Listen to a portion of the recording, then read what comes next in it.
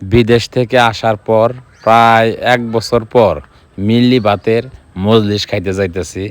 এই মিল্লি ভাত কিন্তু আমাদের জামালপুর, টাঙ্গাইল এবং সিরাজগঞ্জের কয়েকটা জেলাতে খুবই জনপ্রিয় একটা খাবার।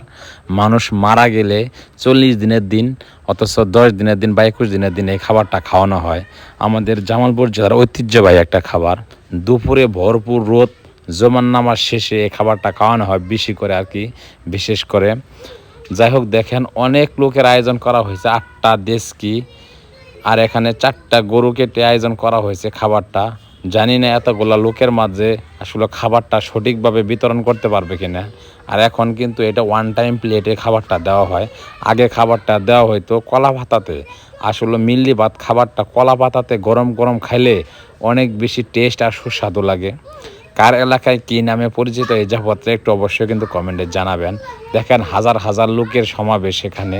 এই লোকগুলো এসে খাইতে আসলে অর্ধেকের বেশি হলো বিনা দাওয়াতি। ভিডিওটা শেয়ার করবেন। ভালো